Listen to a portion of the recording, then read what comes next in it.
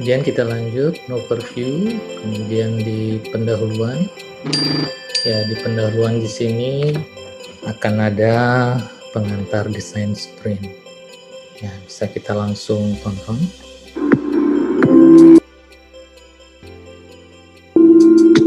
Halo semua, perkenalkan nama saya Patia Mariasta Budi Putra, CEO dari Sprinting, salah satu amuba dari Telkom. Sprinting adalah amuba yang bergerak di bidang jasa corporate innovation yang membantu para perusahaan untuk membuat dan menemukan inovasi yang berimpact kepada perusahaan. Dalam 2 tahun terakhir ini, Sprinting telah membantu lebih dari 1.500 corporate inovator di berbagai perusahaan, baik BUMN maupun swasta. Dan kami juga sudah berhasil membangun Corporate Innovation Lab, yang dimana mengencourage para corporate inovator untuk bisa membuat inovasinya menjadi nyata dan dibiayai oleh perusahaan. Kita dengan kata lain ini bisa disebut sebagai saudaranya amubanya Telkom. Siapa saja? Ada Indosat dengan Line Management, Elusa dengan Aknima. Pada sesi kali ini, kita akan mencoba sharing tentang desain sprint versi Telkom. Untuk memahami desain sprint versi Telkom, kita harus tahu dulu apa itu namanya design thinking dan kenapa design thinking itu ada. Design thinking adalah human-centered approach problem solving framework yang memecahkan masalah sesuai dengan kebutuhan user. 5 tahapan utama kalau kita refer ke dalam, yaitu berempati, define, ideate, dan testing. Di mana semua 5 step ini dilakukan secara berulang atau iterasi. 3 prinsip utama untuk bisa melakukan design thinking. Yang pertama adalah dalam melakukan 5 tahapan yang ada harus user center framing. Intinya adalah apakah benar user membutuhkan ini, apakah solusi tepat untuk user, dan seterusnya. Sehingga pastikan semua 5 tahapan ini harus fokus pada user. Yang kedua adalah generative interaction, di mana maksudnya adalah terjadi bold interaction antara setiap anggota tim yang melakukan desain sprint atau desain thinking. Sehingga tidak ada lagi canggung jika ternyata dalam satu tim ada perbedaan jabatan maupun usia. Semuanya sama rata, sama sisi, dan tentu saja harus fun dalam melakukan desain sprint. Yang terakhir, prinsip terakhir adalah experimentation, di mana desain thinking menjunjung tinggi fail fast, success faster. Jadi kegagalan adalah salah satu yang lumrah dan biasa, namun harus cepat iterasi. Sehingga jangan takut gagal dalam melakukan desain thinking. Google membuat Google Sprint atau desain sprint dengan mengikuti kaidah-kaidah desain thinking.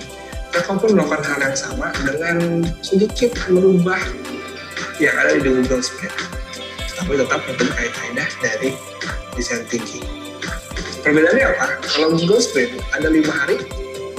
Hari pertama adalah set the problem, hari kedua scape the solution, hari ketiga memilih solusi mana yang paling oke, hari keempat membuat prototype, dan hari kelima testing kepada user. Perbedaannya, desain tim versi Telkom hanya cukup 2 hari saja, di mana hari pertama fokus untuk memahami kebutuhan user, dan hari kedua fokus untuk menentukan solusi terbaik untuk user. Ada 9 step, modul day 1 ada 5 step, dan modul day 2 ada 4 step.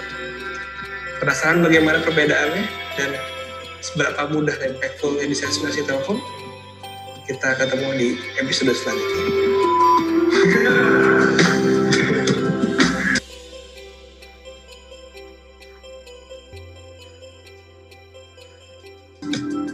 Itulah video pengantarnya untuk pendahuluan dari pelatihan desain sprint ini. Yang selanjutnya kita bisa menuju pada pretest. Nah, pretest dan juga post-test itu hanya bisa dilakukan sekali. Ya, sehingga di sini harus benar-benar konsentrasi, ya, karena sayang sekali kalau nilainya jelek. Kemudian setelah melakukan pretest, baru kita akan bisa melanjutkan materi yang selanjutnya, yaitu desain sprint bagian 1, ya. Kemudian bagian keduanya. Setelah 2 materi yang berupa video ini kita tuntaskan, maka kita akan melanjutkan pada sesi yang terakhir, yaitu bagian post test, yaitu berupa kuis, dan sertifikatnya di sini tidak ada. Baik, lanjut ke pretest.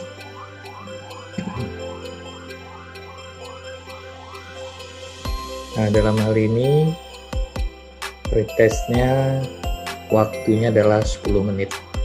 Kita uji coba kuisnya.